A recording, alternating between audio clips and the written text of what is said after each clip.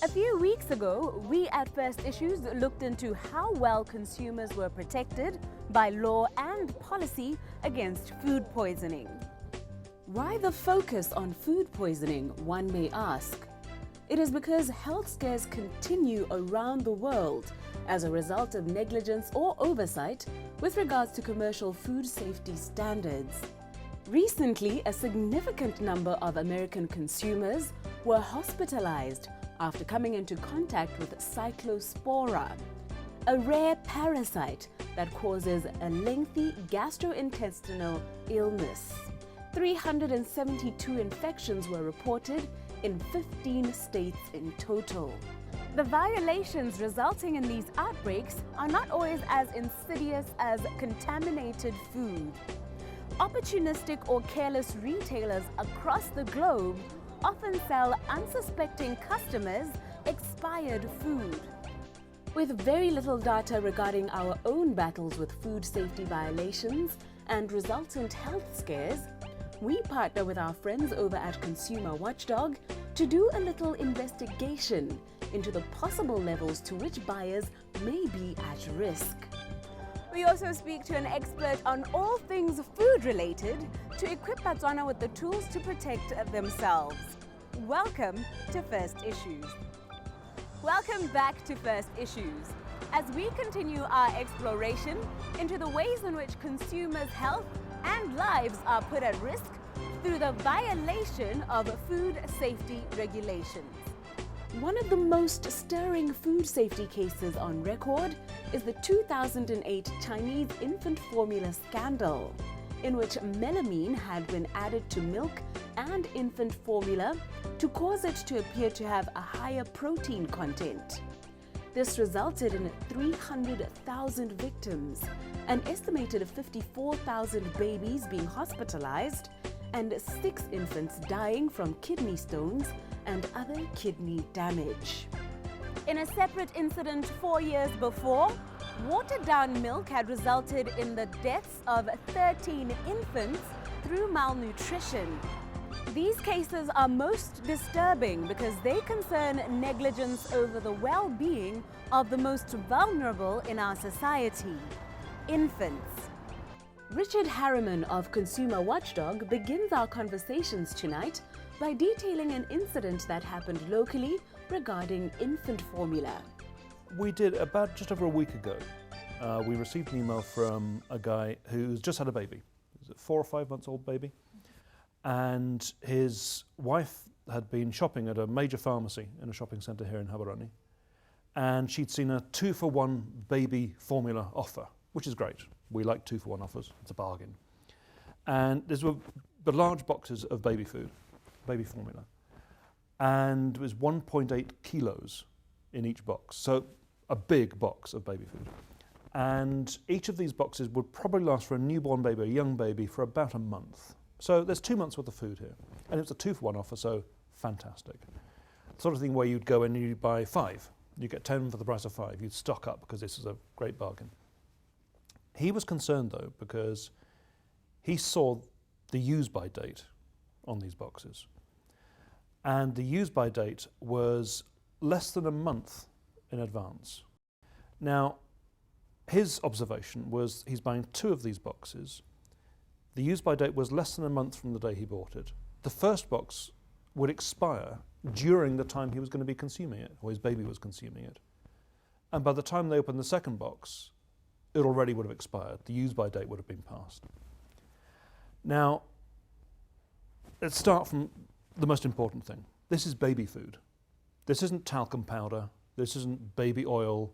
This isn't nappies. This isn't shampoo. This is something that's critically important. It's the baby's only source of nutrition.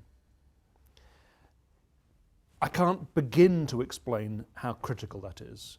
It's much more important than you and me eating meat. It's much more important than things we buy to wash our hair with. It's baby food. There's nothing more important when it comes to food safety. Now, the store, the pharmacy, was not exactly quick at sorting out this problem, and I don't think they really understood. Kate and I went into the pharmacy just to double check this, because this is so serious we thought, well, we need to check this first. And we went in there, and indeed, there were these boxes on the shelves. We didn't find the boxes that expired as early as his had, but we found them expiring a week later. So effectively the same thing. The store manager came along and she sort of understood, but her response was, no, sorry, I need to clear this with head office. In light of the retailer's lackluster handling of the situation, what did Consumer Watchdog, being an advocate for consumer rights, do? And what exactly did they want the store to do to rectify the situation? To remove these things from the shelves. Now, I think our view is, don't be silly. It's baby food. It's the use by date. They're still within the expiry period. I mean, they're not breaking the law. This was still within the use by period. But the moment you think about it, you think, but it's not always going to be. The moment you get to that use by date, there's still half a box left and then a complete new box left. And you might have bought 10, you might have bought 4 because of the bargain. You might have bought this because you want to keep it for later. Parents don't buy baby food the moment they need it. They stock up because you can't have a baby without food. You always have a box spare in your cupboard. That's how good parents work. So it wasn't quite good enough, the response from the store. What we did was we then contacted the store's head office in South Africa and said, look, this is a problem. We also contacted the manufacturer of the baby formula in South Africa. And to their credit, the manufacturer were in contact with us within about 24 hours saying, this is no, this is not good enough. This is contrary to our policy. Our policy is that any of our baby formula that's on a shelf, there has to be at least 3 months of use by period left. And that's reasonable, I think. Well, actually, the interesting thing was looking at the manufacturing date and the expiry date of this baby formula was about 18 months, I think, which is fine. So that's long enough. Now, as I say, to their credit, the manufacturers were really swift and they said they'd deal with this issue. Unfortunately, it took the pharmacy's head office in South Africa a week to respond. They only responded yesterday. And their response was good. Thank you for letting us know. I'm sure they're really irritated, but thank you for letting us know. We're fixing this. It's been removed, and we've checked. It has, in fact, been removed. The customer got a full refund.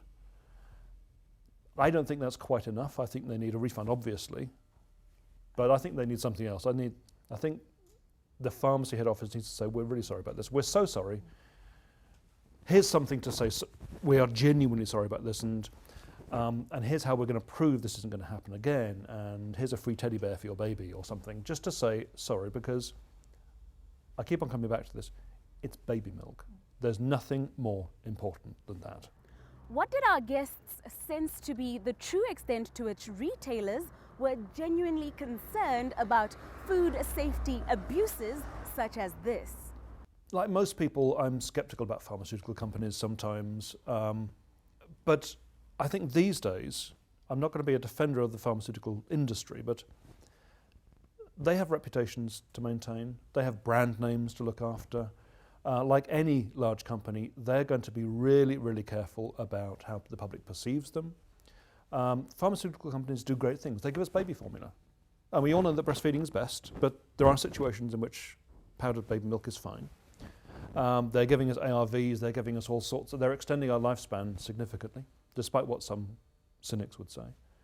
I do think that their interest primarily is in shipping safe products, because they can't be seen to do anything else. It's baby formula. It's the welfare of our children that's at stake.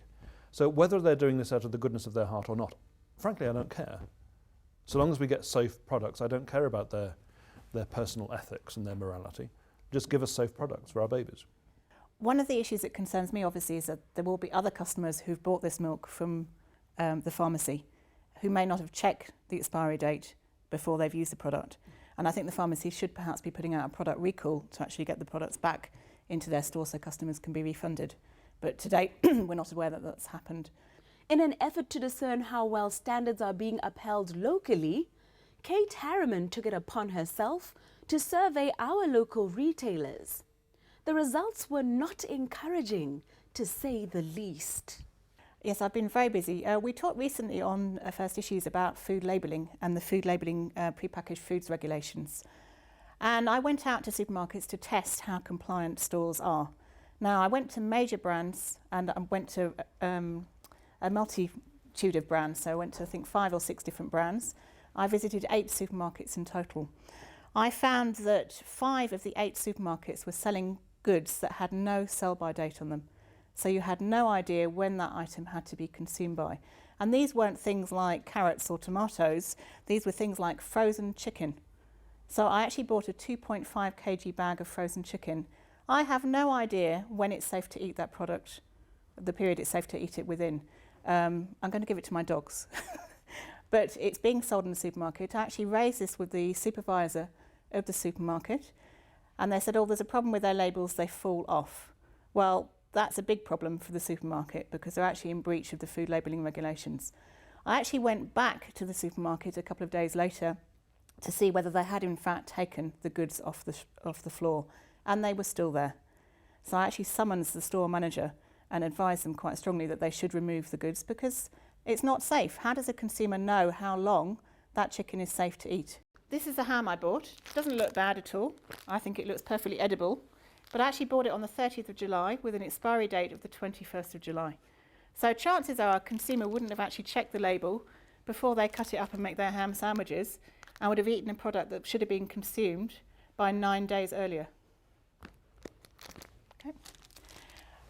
Okay, we talked about the requirement to label, and the pre-packaged labelling regulations say that a label must be clearly seen and it must be legible. Now, I actually had to hunt quite hard to find the expiry date on this product. And it is there if you've got very good eyesight and if you've got time to actually stand and do this to find out where the date is. So that doesn't meet the standards required. Again, on this rice, I actually had to hunt, and it's in tiny, tiny writing, the use by date. If you've got poor eyesight like me, you have to get a magnifying glass out to actually find out what the date is. Okay, this chicken is actually gone off now. You can see it's got a green tinge to it. But actually I bought it on the day that it should have been consumed by. So I had about 6 hours left within the product's expiry date to consume it at the time that it was sold.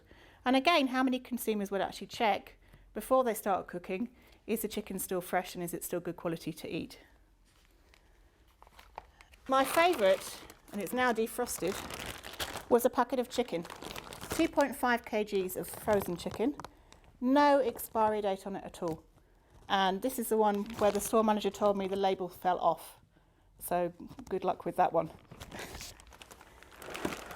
Again, I was able to buy a dessert. It had expired the day before I purchased it. And when I asked the store manager, he said, but we've just put those out. They just arrived. So nobody, or the person putting the item on the shelf hadn't checked the date. So they had expired before they even put them on the supermarket shelf. Welcome back to First Issues. Having gained a good appreciation as to the laxity to which some retailers uphold consumer safety standards, we look to a dietitian to help us fully comprehend what consequences that these food safety violations could have.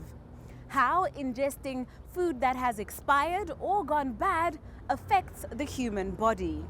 What happens to the body if somebody decides to ignore the expiry date and eats expired or food that's gone bad or food that is contaminated?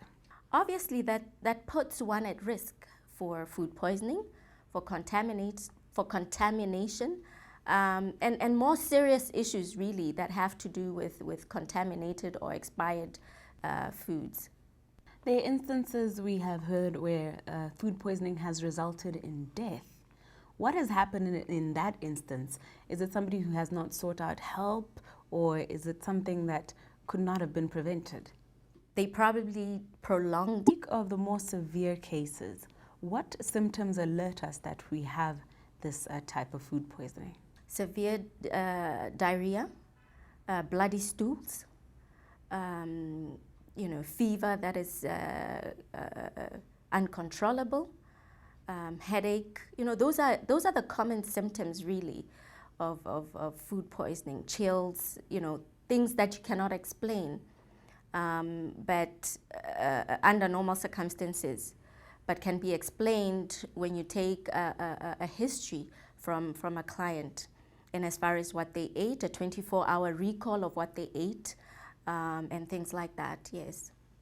What should we do if we realize that what we are suffering from is indeed food poisoning, whether it's mild to the more severe cases? Any, abdominal discomfort with vomiting and diarrhea, fever, chills, headache should be reported to the nearest hospital.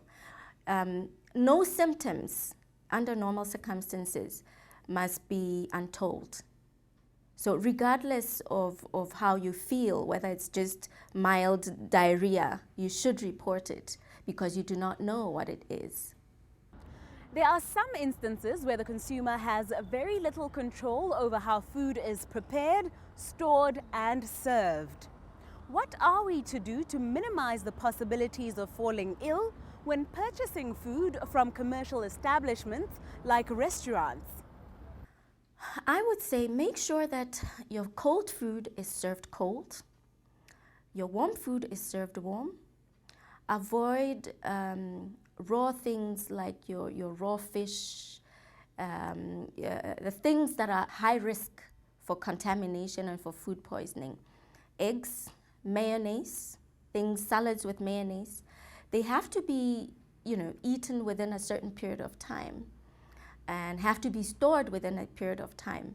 But unfortunately, we don't have so much control, in a restaurant setting of how they prepare and store these foods. But we trust that they do observe some of these standards.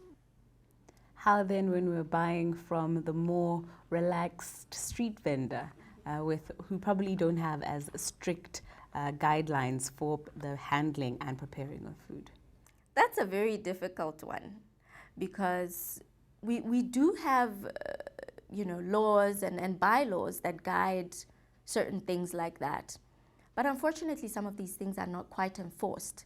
But I would say for street vendors, if you're going to, buy your lunch from a street vendor, make sure that you buy the hot food because I would say it's safer. You're safer. And avoid salads with mayonnaise and things like that. What we have gleaned from our conversations today is that consumers should be aware and take responsibility for their own health, because those responsible may not always be so thorough. Ndiko arms us with tools for handling food better in the home. A lot of us put our food through the sniff and taste test to see if it's still okay. How accurate, or should I say how reliable, is checking food in this manner? That is not quite reliable. The reliability would come if that food item is put under a microscope or tested to check for microorganisms. But just smelling or looking at it does not tell whether it's fresh or not. How do we go about preventing food poisoning or getting food poisoning in our homes? How best should we handle our food? First thing, make sure before you handle any food, you wash your hands with soap and water at all times. Cold food must be served cold. Warm food or hot food must be served warm. Cooked food and uncooked food, for example, raw vegetables that are eaten raw and raw meat, for instance, must not be combined. Or use separate chopping boards for bread, vegetables, and meat, just to avoid cross-contamination. You've stressed before that cold food should be served cold, warm food served warm, and hot food served warm. Why? Why is this?